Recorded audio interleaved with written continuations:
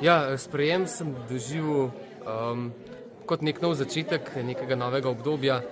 V bistvu sem imel že več kot takih začetkov zdaj v zadnjih letih, ali ko stopaš v semenišče ali pa v kakšno drugo župnijo, kjer si kaj dlje na praksi, ali pa kot lani tudi, ko sem začel prakso v Moravčah.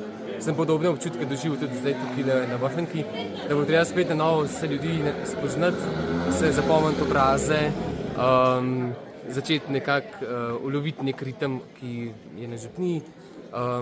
Ampak potem, ko se bo začelo delo, ko se začele maše pa srečevanje z ljudmi, pa na to malo pozabiš, pa plavaš, kot pač gre.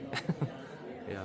Tako da pravzaprav se prepustiš nekemu toku življenju na župniji.